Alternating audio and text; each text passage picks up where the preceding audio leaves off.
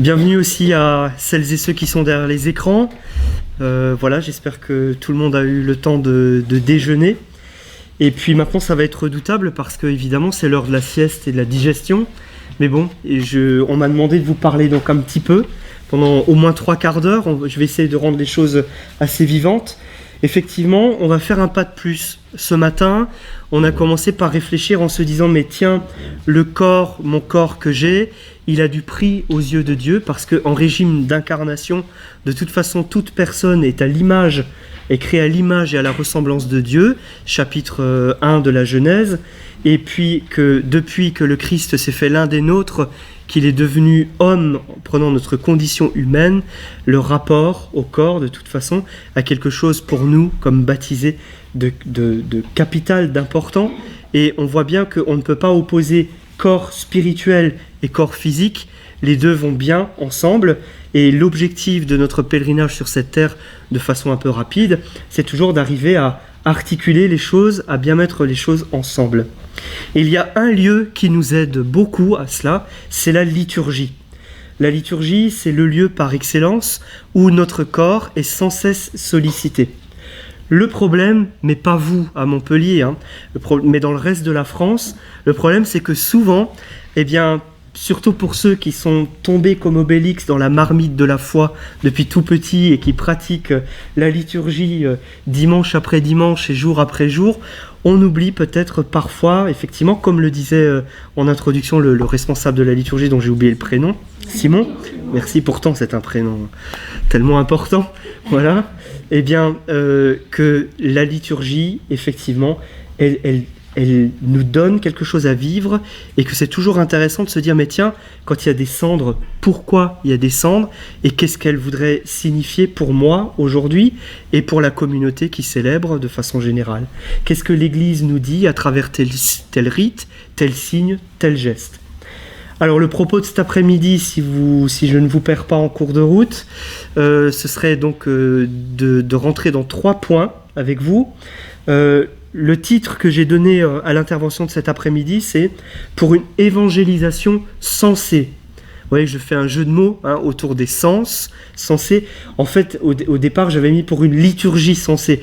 Et quand j'ai su qu'il y avait le responsable de la liturgie, je me suis dit, je vais mettre évangélisation.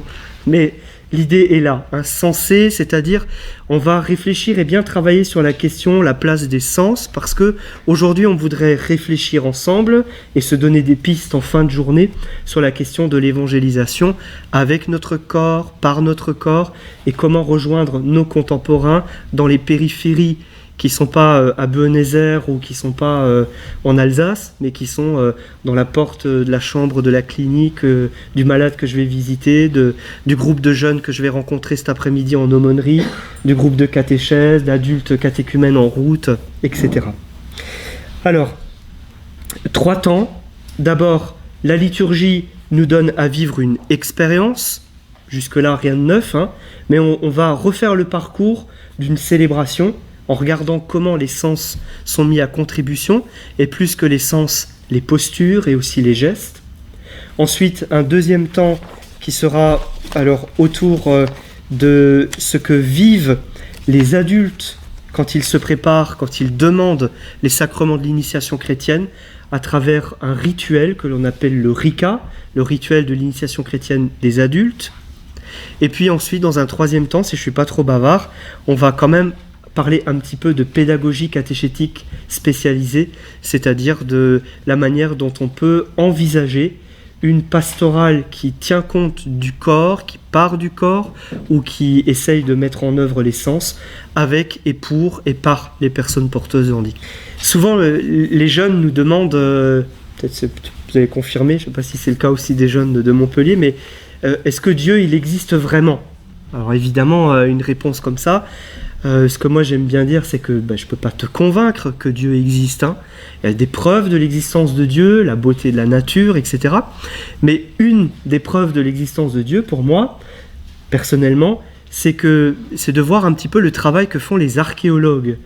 Et plus on fouille, plus on va dans les recherches et dans ce que l'on peut trouver de ce que nous ont laissé les civilisations anciennes, antiques, on voit qu'il y a toujours eu dans l'humanité un rapport à ce qu'on va appeler des divinités, à ce qu'on va rappeler quelque chose, à une dimension spirituelle, à une dimension métaphysique, à une dimension qui dépasse la vie physique et qui, alors soit dans une relation, dans un contrat de peur, soit dans une relation de quelque chose qui est plus jovial, il y a quelque chose qui fait dire que l'homme ne se suffit pas à lui-même, qu'il ne vient pas de lui-même, qu'il ne va pas au néant, mais qu'il y a quelque chose qui le dépasse et qui suit.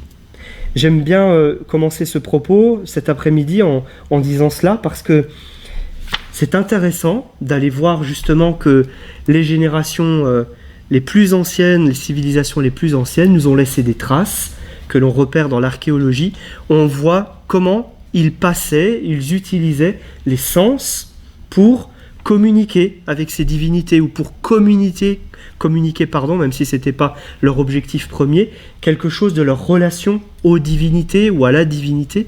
En tout cas, ils nous laissent quelque chose de leur manière de croire, de leur manière de vivre leur foi, leur manière de vivre leur religiosité. Et nous, chrétiens, eh bien, nous aussi, nous signifions quelque chose, nous manifestons quelque chose de notre foi à chaque fois que nous nous retrouvons dans le cadre de la liturgie. On l'a bien vu ce matin, quand nous sommes convoqués à la prière, quand nous sommes invités à la prière, eh bien, l'Église nous propose de passer par un certain nombre de codes, de rites, d'étapes, de moments forts qui vont montrer quelque chose, qui vont donner à voir, qui vont donner à vivre quelque chose de notre relation à Dieu et au mystère de la foi que nous célébrons. Alors je vous propose, donc dans mon premier temps, quand la liturgie nous donne une expérience à vivre, de regarder à partir des 5 sens comment effectivement la liturgie nous donne quelque chose à vivre et à voir, ou à faire voir, ou à faire vivre quand nous sommes réunis ensemble au nom du Seigneur et particulièrement dans la célébration de l'Eucharistie. Et toujours un peu en introduction de ce premier temps, je voudrais vous rappeler un des textes que moi je préfère, que je ne finis pas de goûter et de méditer, et pour ça que j'aime beaucoup le temps de Noël, c'est la première lettre de Saint Jean qui nous dit « Ce qui était depuis le commencement, ce que nous avons entendu, ce que nous avons vu de nos yeux, ce que nous avons contemplé de nos mains et touché du Verbe de Dieu, nous vous l'annonçons. » Rien que ce verset-là, chapitre 1, première lettre de Jean, chapitre 1, verset 1, qu'est-ce que c'est? Rien que là, on pourrait s'arrêter là, Marie-Hélène, hein. Tout est dit, voilà. Hein. Depuis le commencement, ce que nous avons entendu, ce que nous avons vu de nos yeux, ce que nous avons contemplé de nos mains, touché du Verbe de vie, nous vous l'annonçons. Voilà l'objectif, si vous voulez, la feuille de route, hein, le deal de notre baptême. Je poursuis quand même un petit peu. Oui, la vie s'est manifestée, verset 2, nous l'avons vue et nous rendons témoignage. Nous vous l'annonçons, la vie éternelle qui était auprès du Père et qui s'est manifestée à nous. Ce que nous avons vu et entendu, nous vous l'annonçons à vous aussi, pour que vous aussi, vous soyez en communion avec nous. Or, nous sommes nous aussi en communion avec le Père et avec son Fils Jésus-Christ. Et nous vous écrivons cela pour que notre joie soit parfaite. La liturgie va mettre en œuvre ce programme, il me semble, va mettre en œuvre ce programme de donner à goûter, de mettre en communion, comme union ensemble, à vivre quelque chose de cette expérience de foi que l'on a fait, ce qui nous situe en catéchèse, on dit comme aînés dans la foi, pour pouvoir donner à d'autres à voir et à goûter. Jean insiste ici sur les sens pour témoigner et poser les premiers mots de la foi dans cette période, les premières communautés chrétiennes, où la théologie, les mots de la théologie se cherchaient, la théologie était naissante, alors on a piqué, c'est pas beau le mot, hein, on a pris beaucoup de choses du judaïsme, mais il fallait quand même reprendre et penser, évidemment, d'où le travail des pères de l'Église, mais regardez comment immédiatement, et d'ailleurs quand on lit les pères de l'Église, ils passent beaucoup par cela, regardez comment immédiatement on convoque les 5 sens pour dire ce qui est le propre de la foi et inviter au témoignage. Pour que notre joie soit parfaite, La liturgie eucharistique va déployer les sens et donner une dimension corporelle et spirituelle à la célébration. Tout d'abord, la vue. Dans une église, tout est ordonné en principe pour donner à voir ce qui est cru. Tout est orienté en principe vers le cœur, vers la croix, l'essentiel, le signe de chrétien qui reconnaît Jésus comme son sauveur, mort et ressuscité. Premier signe que nous traçons d'ailleurs en entrant dans une église. Alors je vous renvoie au magnifique document qui a été fait par le diocèse de Montpellier, par le service de l'initiation chrétienne, sur la mystagogie de l'Eucharistie. Si vous ne connaissez pas, allez l'acheter et offrez-le en abondance. Alors tout est orienté dans une église pour donner à voir. Hier, quand je suis rentré pour la première fois dans cette église Sainte-Thérèse de Montpellier, alors on n'aime pas ce style. Moi j'ai qualifié ça comment s'appelle ce courant Évidemment, ça m'échappe maintenant. Enfin, on en prend plein la vue, à vos souhaits. Quand on rentre dans cette église, la Sainte-Thérèse, les couleurs, les vitraux, on en prend plein la vue. C'est très beau, à mon sens. La disposition d'une église vise à permettre d'entrer dans le mystère de la foi, dans le mystère eucharistique, et tous les objets, tous les décors, tous les meubles, tous les lieux donnent à voir quelque chose et ensuite à vivre du mystère de la foi, manifestant la parole de Dieu, la communion des saints, la présence réelle avec, par exemple, la lampe éternelle, donne quelque chose à voir aussi du temps liturgique, par exemple par la couleur, ce matin c'était violet, sollicitant la personne tout entière. Quand on entre dans un édifice, il nous est d'abord donné quelque chose à voir. Et vous savez que les derniers papes insistent beaucoup, François, Benoît XVI beaucoup, Jean-Paul II aussi, sur ce que l'on appelle la via pulchritudinis, la voie de la beauté, comme lieu d'évangélisation. La voie de la beauté. Dieu dit que qu'est-ce que cela est bon, c'est beau. Dieu passe par le beau.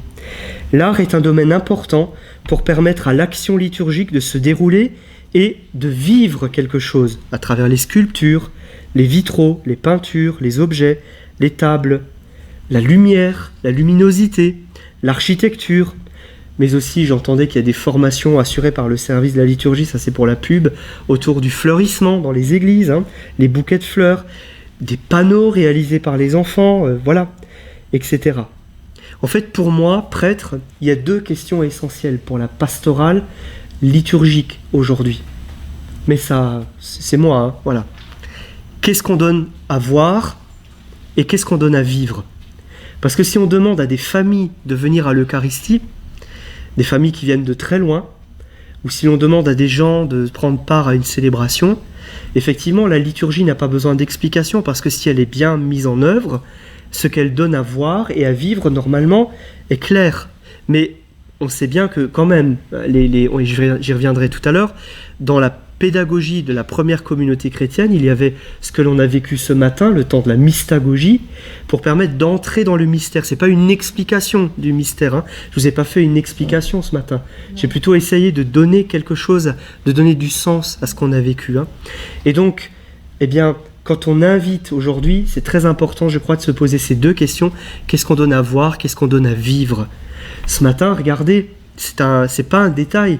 Bouquet de fleurs, là, un beau temps qui nous replace devant la croix, un bel endroit avec des fleurs, une bougie. C'est tellement important aujourd'hui. Et puis avec les nouvelles générations qui sont très sensibles à tout ce qui est décorum, l'intérieur, on est bien chez soi. En alsacien, on a une expression qui s'appelle le Heim.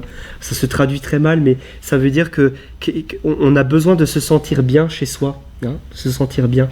Voilà, quand on invite dans une salle paroissiale, dans un local, pour la catéchèse, pour vivre un sacrement, pour une rencontre, c'est important, avec les moyens qu'on a, bien sûr, mais de donner quelque chose à voir qui est beau.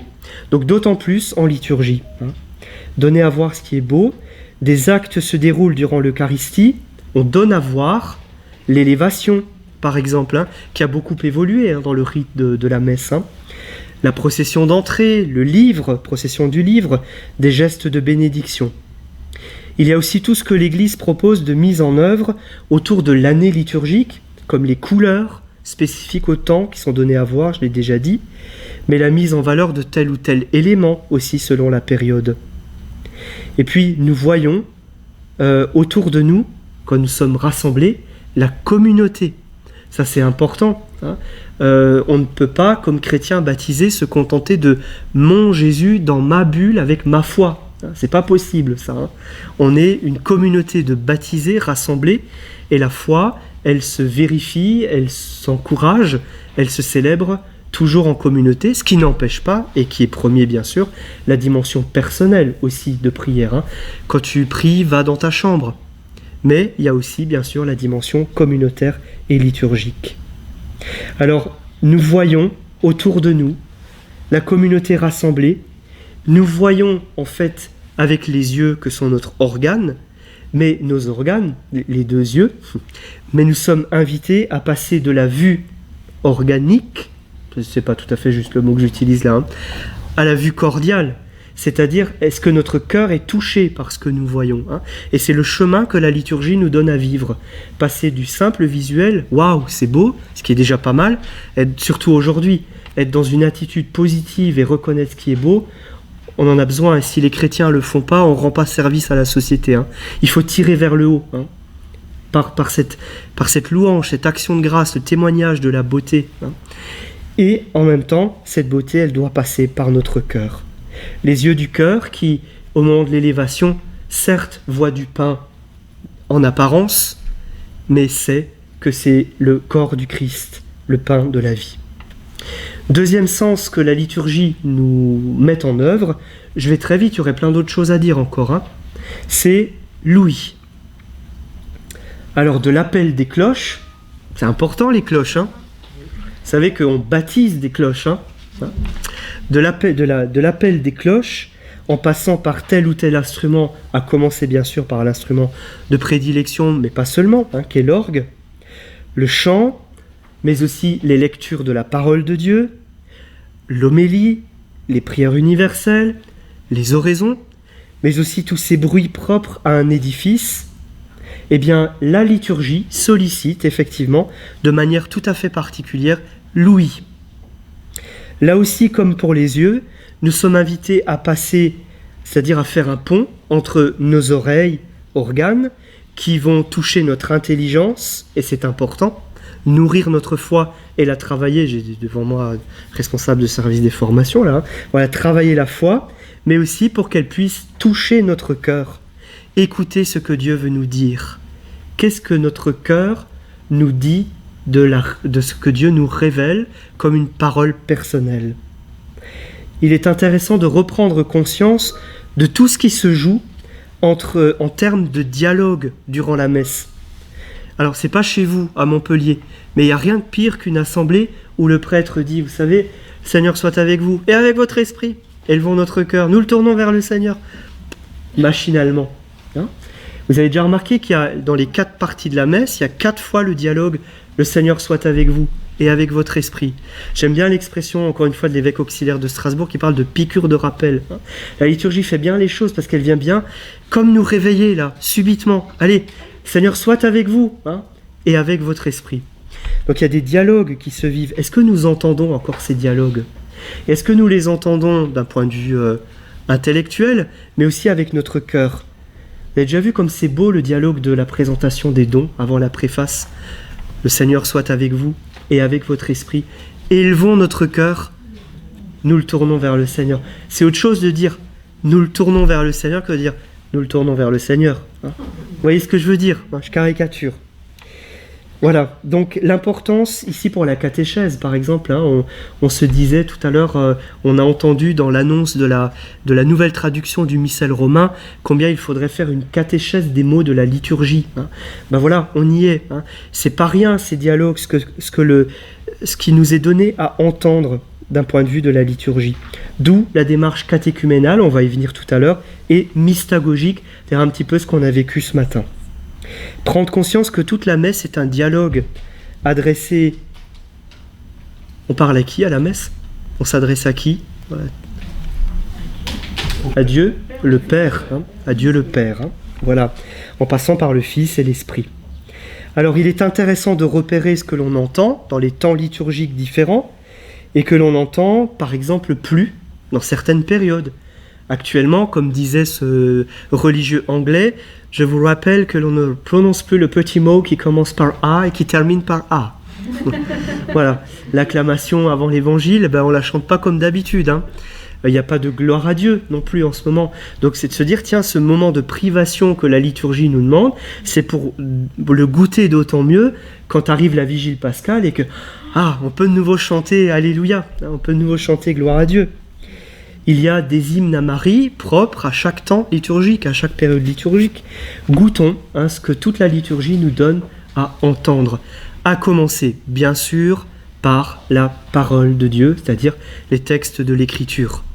Mais vous savez que la parole de Dieu, ce n'est pas que l'Écriture, c'est aussi, par exemple, dans telle ou telle oraison, je ne sais pas si vous êtes sensible, mais la prière qui conclut la première partie de la messe avant que tout le monde s'assied, voilà, la prière d'ouverture de l'Eucharistie, c'est très beau ce qui est dit souvent dans ces collectes et ces prières d'ouverture et de conclusion. Troisième sens que la liturgie nous donne à vivre, alors c'est moins, évident que Louis l'a vu, mais c'est l'odorat. Alors, pas chez vous, à Montpellier, mais chez nous en Alsace, comme prêtre, il est toujours étonnant et rigolo, mais parfois un peu moins, de voir les réactions quand arrive l'encensoir, qui n'a même pas encore d'encens à l'intérieur, mais déjà ça tousse. Alors, voilà, c'est toujours bienvenu et fun quand c'est un peu oriental, et voilà.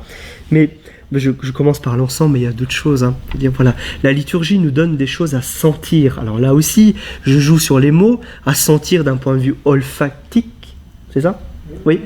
Mais aussi à sentir d'un point de vue du cœur. Et vous avez vu que tous les organes, pour l'instant, il faut qu'ils redescendent au cœur. Parce que si ça reste juste un sens qui est stimulé, c'est bien, c'est l'objectif de départ. Mais après, il faut qu'il soit entraîné par l'esprit et que nous puissions goûter quelque chose. Alors en l'occurrence, sentir avec l'organe du cœur aussi.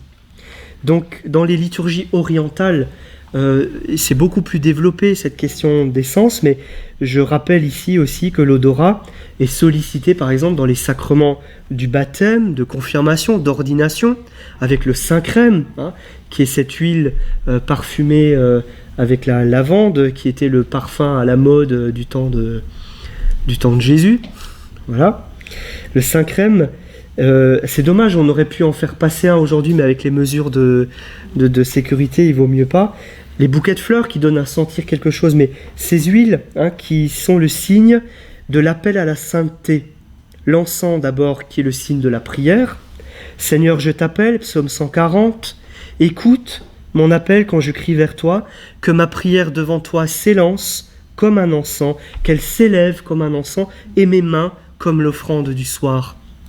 Et je vous rappelle aussi Paul, qui dans les premiers écrits aux chrétiens dit que un chrétien sent bon. Moi j'ai remarqué ça tout de suite en arrivant ce matin dans la salle. Ça sent bon ici, il doit y avoir des chrétiens.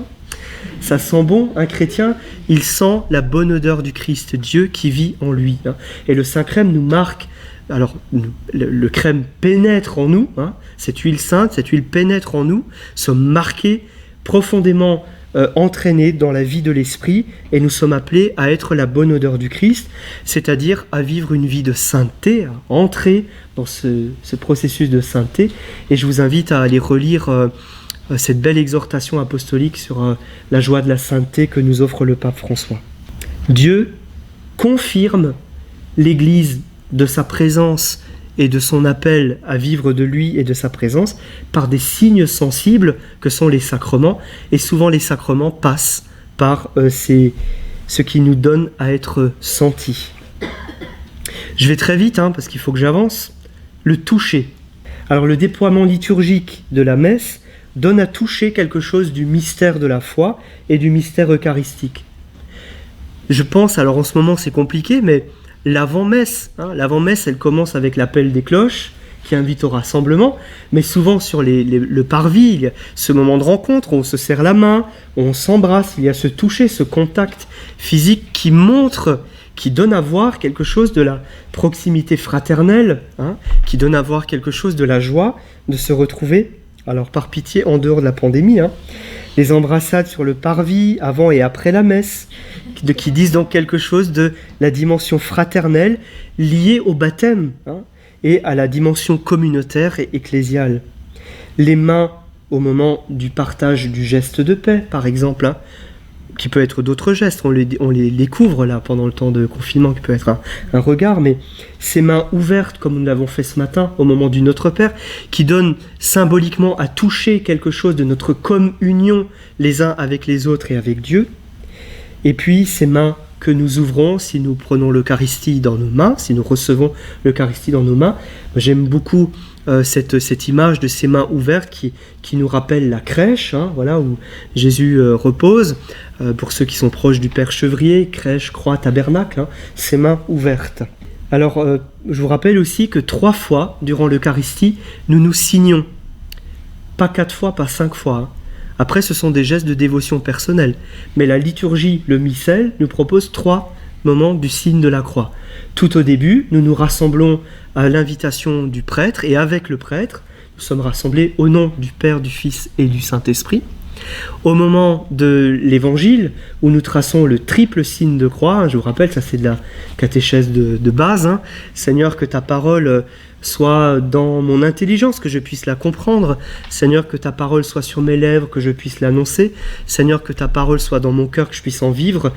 Et d'ailleurs, si je devais réformer la liturgie, je rigole, je commencerai par le cœur pour qu'elle soit d'abord là, et qu'ensuite là et là. Mais bon, c'est comme ça. Je vais me faire lyncher par les liturges. Voilà. Et puis le 3e signe de la croix, c'est la bénédiction finale. Voilà. Après, le prêtre, lui, il trace effectivement le signe de croix au-dessus du pain et du vin, en invoquant l'Esprit, et en redisant les paroles du Seigneur. Mais voilà, c'est 3 gestes très importants. Il y a aussi les gestes parfois qui sont prévus par la liturgie. Je pense qu'ils sont dans le missel. Là, j'ai un doute du frappement de la poitrine au moment, par exemple, du geste pénitentiel et du moment de l'agneau de Dieu. Le geste d'ouvrir les mains, on en a déjà parlé. Et puis, il y a tous ces gestes que font le prêtre et le diacre en signe de leur sacerdoce ministériel et d'être donc prêtres, c'est-à-dire qui portent la prière pour, au nom et avec le peuple à Dieu. Donc tous ces gestes qui sont propres à la dimension liturgique et sacerdotale. Comme, on l'a déjà dit, les gestes épicléptiques, d'appel de l'Esprit Saint, les gestes aussi de bénédiction, les gestes de la prière, qui sont propres aux prêtres. Toucher le calice, la patène, le pain, le vin, la parole. Mais là aussi, tous ces gestes qui nous font toucher quelque chose, la feuille de chant, c'est pas du même niveau, mais là, quand je prends une feuille de chant, je décide de participer à la liturgie. Alors, j'ai pas le temps de rentrer dans le concept de participation active, mais voilà. Donc, là aussi, pensons ce sens du toucher, passer du geste au cœur. Et puis, le goût, évidemment, Psaume 33, « Goûtez et voyez comme est bon le Seigneur ». Nous goûtons la parole. Alors, je ne pense pas qu'on vous a demandé de faire l'expérience d'Ézéchiel et de manger la parole, la cellulose. Mais nous la goûtons effectivement spirituellement. Par contre, nous goûtons le corps du Christ, le sang du Christ le jeudi saint. Cette année, ce sera de nouveau pas possible, mais voilà. Nous recevons la grâce aussi dans notre baptême et dans notre chemin de foi, la grâce du goût de la prière, du goût du partage, du goût de la foi, du goût de l'Eucharistie, du goût des sacrements et du goût de la communion fraternelle, du goût des frères. Oh, qu'il est bon, Seigneur, d'être avec des frères, c'est comme un baume qui descend sur la barbe d'Aaron. On ne dit pas ça tous les dimanches, mais à Montpellier, ça va. Alors, voilà, des rites, les sens, très rapidement, qui sont, vous voyez, comme la manière dont notre corps est appelé à participer à la liturgie, mais il y a aussi toutes ces postures. Vous savez que, au début de la messe, nous sommes debout, nous prenons place pour écouter les lectures, mais nous nous relevons, nous prenons cette position du ressuscité pour acclamer l'Évangile et écouter la bonne nouvelle de l'Évangile. Nous restons debout pour professer notre foi, et puis nous nous rasseyons, nous nous mettons à genoux parfois à certains moments, pendant la consécration, parfois si nous le pouvons, si nous le voulons, après la communion. toutes ces postures qui signifient quelque chose et qui appellent de notre part librement à entrer à la fois dans une dimension communautaire, mais aussi de quelque chose de notre corps qui participe à ce que nous sommes en train de vivre et de célébrer. Parfois nous sommes invités à une inclinaison, parfois nous sommes invités à ouvrir nos mains, voilà, donc des postures. On a parlé de posture ce matin pour la visite des malades. L'importance de... Voilà, on n'entre pas forcément tout de suite avec une posture priante dans une chambre de malade, et peut-être surtout pas d'abord, quoi. Hein. Il y a d'abord tout un... pareil, la liturgie, elle est très pédagogique. Elle nous fait entrer petit à petit dans des postures qui vont du debout, assis, à genoux, voilà, incliné, etc. Mais il y a aussi des rites que la liturgie nous fait vivre et que nos sens perçoivent. Hein. Celui qu'on vient de vivre ce matin, l'eau, j'étais soft avec vous. Hein. Ouais. Voilà, l'eau, parce qu'il y a des prêtres qui y vont. Hein. Voilà. Mais il y a aussi le rite des cendres, hein, qui cette année a été posé sur nos cheveux, sur notre tête. L'huile des malades, posée sur les mains. Hein. Au moment du sacrement des malades, sur les mains ouvertes et le front, tout comme l'huile des catéchumènes, on va en parler tout de suite, et puis bien sûr le Saint-Crème au moment du baptême, de la confirmation, de l'ordination. Et puis il y a ce beau geste aussi, vous savez, de la prostration que l'on vit le vendredi saint. Le prêtre, le diacre est invité à commencer la célébration par cette grande prostration, tout comme le jour de l'ordination, hein, mais aussi je crois des vœux solennels, hein, où il y a la prostration, vraiment le signe de cet abandon.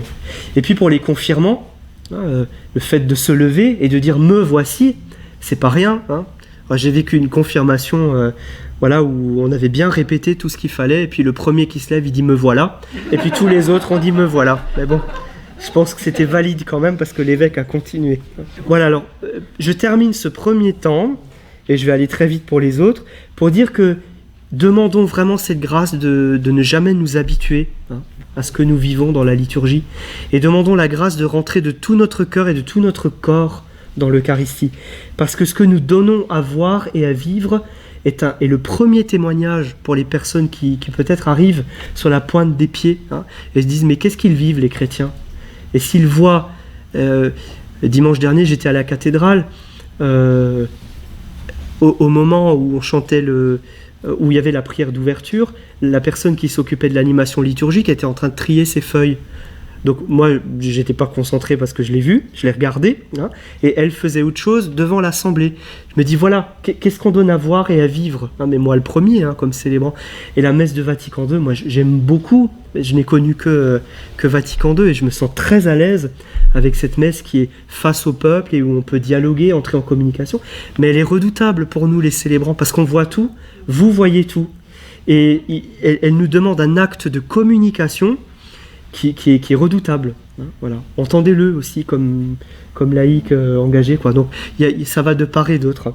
Alors du coup, je me demandais s'il n'y a pas un sixième sens dans la liturgie ce matin. Je vous disais qu'on est en 3D. Mais je me demandais aussi si on n'a pas un sixième sens, c'est-à-dire ce sens du cœur, quoi. Hein.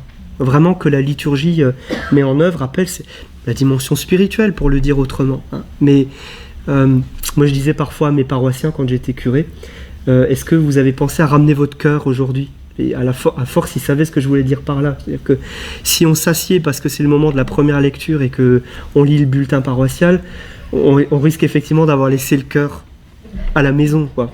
Voilà. Mais je me le dis à moi le premier, hein, comme président de célébration. Alors, deuxième temps, on va très rapidement se dire que, vous voyez, cette pédagogie liturgique, c'est-à-dire cet appel, cette convocation et cette invitation à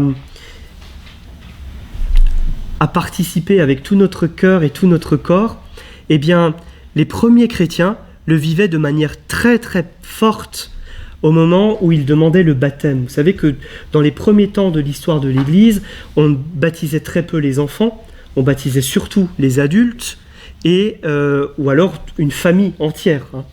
Mais du coup, il y avait tout un processus, parce que demander le baptême, c'était pas rien, quoi. Demander le baptême, c'était accepter de ne pas exercer certains métiers, accepter de changer de vie, et c'est toujours le cas, hein. Et donc, c'est développer très vite une sorte de pédagogie, hein, de préparation au sacrement que l'on dit de l'initiation chrétienne, baptême, confirmation, Eucharistie, je vais très vite là, avec un processus de préparation qui à la fois était une mise en œuvre liturgique et très corporelle, où les sens sont sollicités, et en même temps en disant, attention, le jour de la première communion, la première décommunion, c'est pas la fin, hein, c'est là que tout démarre. Et donc on se retrouve dimanche prochain parce que il va y avoir maintenant le temps mystagogique. Je caricature, hein, mais c'est ça. Alors, après un temps de première évangélisation, les futurs catéchumènes, c'est le cas actuellement, hein, pour ceux, je ne sais pas, vous en avez dans le diocèse, bien sûr, oui. Vous en avez combien à peu près? Vous avez une idée? 43, là. Une quarantaine. Cette année 40. Super. L'année dernière 73. Magnifique. Covid. Oui. Donc on les porte vraiment dans la prière, hein, parce qu'ils ont du mérite. Hein. Et là, ils vivent un combat, hein, le combat du dernier carême là, avant le sacrement, un combat qui peut être familial, qui peut être professionnel, qui peut être d'abord intérieur, bien sûr. Alors, après une première évangélisation, eh bien, ils ont vécu la célébration d'entrée en catéchuménat, c'est ça? Voilà. Et puis, ils ont vécu, au moment donc de cette célébration d'entrée en catéchuménat, eh bien, ce geste de la signation du signe de la croix, hein, sur plus ou moins eux-mêmes, puisqu'avec les mesures de distanciation, je ne sais pas comment l'évêque a fait. Alors par le prénom, par exemple, hein, voilà, Suzanne, recevez sur votre front la croix du Christ. C'est le Christ lui-même qui vous protège par le signe de son amour. Appliquez-vous désormais à connaître cette croix et à suivre le Christ. Waouh! C'est à mettre sur le frigo pour nous. Hein. Et combien de fois je fais le signe de croix machinalement, alors que c'est le signe de mon sauveur, le signe de mon salut. Hein. Bien, les catéchumènes sont marqués par ce signe, tout comme baptisés, hein, tout baptisé. Vous savez que le premier geste, avant d'entrer dans l'église, dans la communauté, pour entrer dans la communauté chrétienne, le premier geste posé par le prêtre, ensuite les parents, parrain, marraine, c'est le signe de la croix. Et puis ensuite vient, pour les catéchumènes, l'assignation des sens. Alors on ne les fait pas forcément tous, mais il y a effectivement l'assignation des oreilles, et ce matin nous avons vécu quelque chose de cela, un signe de l'Ephéta. Que vos oreilles soient marquées de la croix, pour que vous écoutiez la voix du Seigneur. Les yeux, que vos yeux soient marqués de la croix, pour que vous répondiez à la parole de Dieu. La bouche, que votre bouche soit marquée de la croix, pour que vous répondiez à la parole de Dieu. Ah, ça c'est intéressant. Que vous répondiez à la parole de Dieu. Ouais. S'il n'y avait pas le déjeuner à faire après la messe, hein, ce serait bien de rester le dimanche matin et de dire, tiens, dites-moi comment vous avez perçu la parole de Dieu, comment vous répondez à cette parole de Dieu, qu'est-ce que vous entendez, hein. Il manque souvent ce dialogue-là. Mais répondre, ça veut dire dans la vie de tous les jours. Hein. Voilà comment je me comporte en chrétien, comment je vis en chrétien. C'est aussi ça. Donc l'assignation du cœur, la poitrine, que votre cœur soit marqué de la croix pour que le Christ habite en vous par la foi. Et puis les épaules, voilà, que vos épaules soient marquées de la croix pour que vous portiez joyeusement le joug du Christ. J'aime beaucoup ce geste-là parce que quand on s'appelle Christophe, hein, porte Christ, voilà, les épaules, je me dis tiens, c'est intéressant. Et on voit ici la place du signe de la croix, hein, comme un marqueur de l'identité chrétienne qui vient toucher, marquer tout le corps, toute l'existence chrétienne. C'est à dessein que je vous ai proposé ce chant, hein, qu'on a chanté déjà 2 fois. Tu es fait pour la vie en abondance. Tourne-toi vers la croix. C'est vraiment notre regard est sans cesse tourné vers la croix du Christ. Les catéchumènes sont invités à entrer dans l'église pour prendre part à la table de la parole de Dieu. Et au cours de la liturgie de la parole, les catéchumènes, symboliquement, reçoivent le livre de la parole de Dieu. Recevez l'évangile de Jésus le Christ, le Fils de Dieu. Et j'ai pas le temps maintenant, mais allez faire ça, voilà, comme petit exercice de carême. Vous essayez de trouver, vous faites donner la prière pour les catéchumènes, la remise de la parole, hein, à la page 53 du RICA. C'est magnifique, magnifique. La liturgie, quand on prend le temps d'y goûter, hein, c'est extraordinaire. Alors, pour les catéchumènes, quand arrive le temps du catéchuménat et des rites, il y a ce que l'on appelle la possibilité pour aider à vivre le combat, d'être marqué par des temps liturgiques ou des prières appelées premiers exorcismes seront présentées, proposées, mais aussi des bénédictions avec des onctions d'huile, l'huile des catéchumènes. Saint Paul développe l'importance de l'huile, l'huile qui, pour les sportifs, fortifie, aide, renforce. Et puis les catéchumènes vivent une étape importante, l'appel décisif, avec l'inscription du nom. C'est important ça, en présence de l'évêque la plupart du temps, sinon ça se fait en paroisse, mais leur nom est inscrit dans un registre. Et nous aussi, au jour de notre baptême, au jour de notre confirmation, nous sommes appelés par notre prénom. Le Seigneur nous appelle, et là on parle d'appel décisif avec le nom.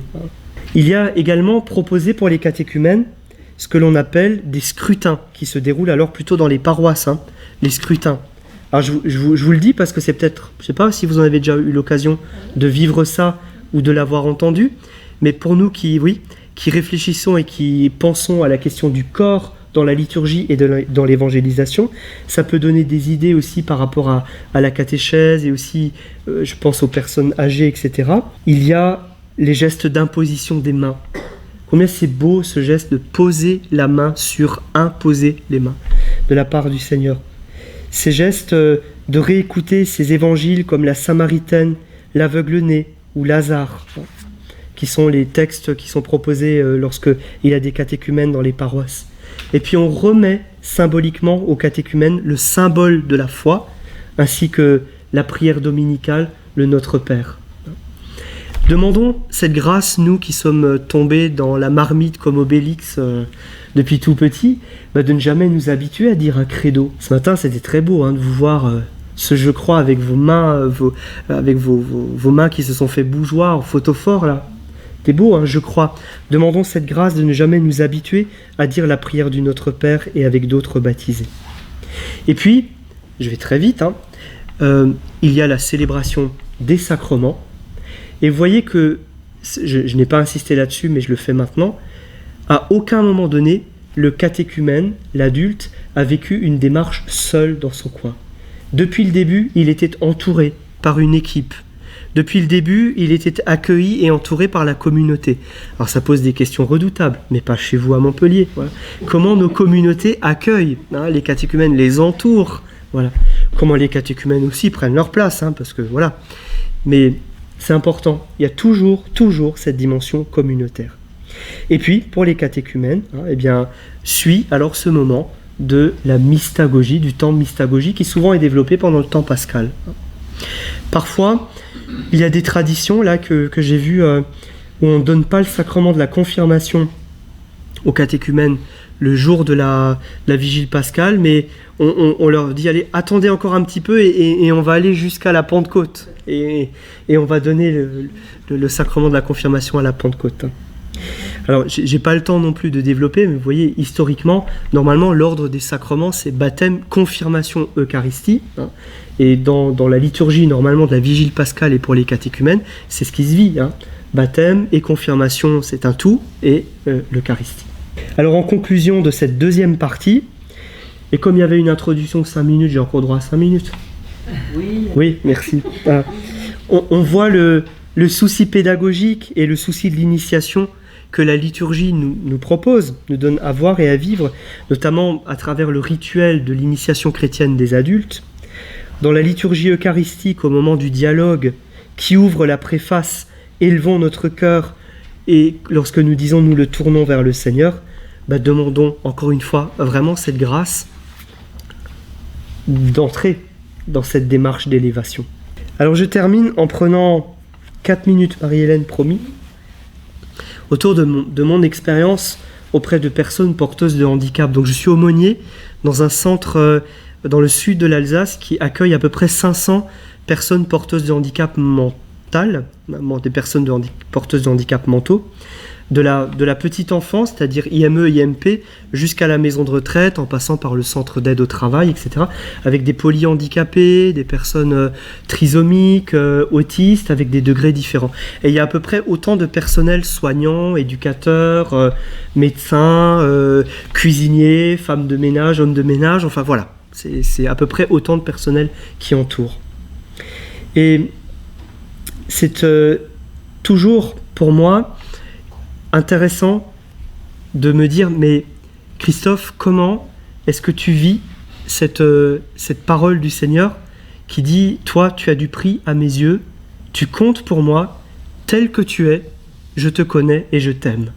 Quand on a en face de soi des personnes qui ne peuvent rien dire, des personnes qui vont être conduites à une liturgie eucharistique ou autre par des éducateurs parce que la famille pense que c'est important pour la personne, ça fait partie de ce que la famille veut donner à la personne porteuse de handicap, ou quand l'équipe a discerné dans le projet personnalisé que c'est important pour la personne, eh bien, me dit toujours, voilà, qu'est-ce qui se passe du mystère, hein, qu'est-ce qui se passe du mystère là, hein, de la présence et de quelque chose qui me dépasse complètement.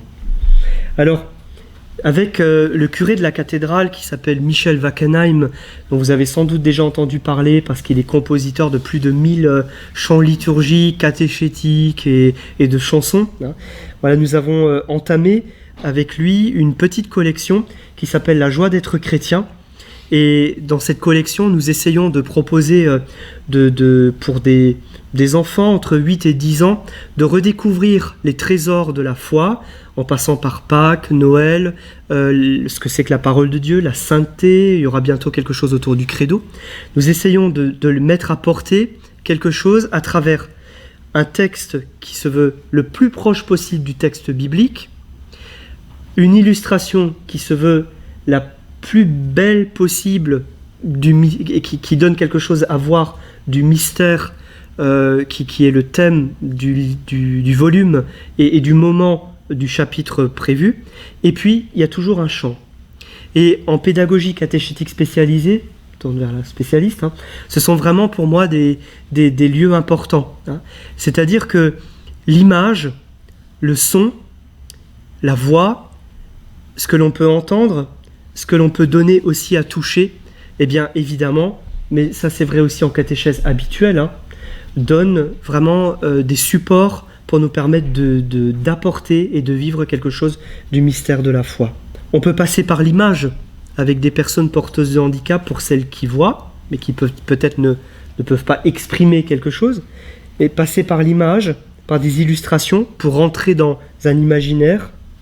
On peut passer par l'écoute, passe beaucoup par l'écoute du chant, peut passer par le toucher, mais ce que je ressens beaucoup, c'est ce que moi j'appelais le fameux sixième sens. Il m'est arrivé parfois, hein, pendant une liturgie, de voir une personne qui a priori qui me semblait très extérieure à l'action liturgique qui était en train de se vivre, et que je ne sentais pas en phase ou en communion parce que le regard est distrait, parce que la gestuelle est très marquée, etc.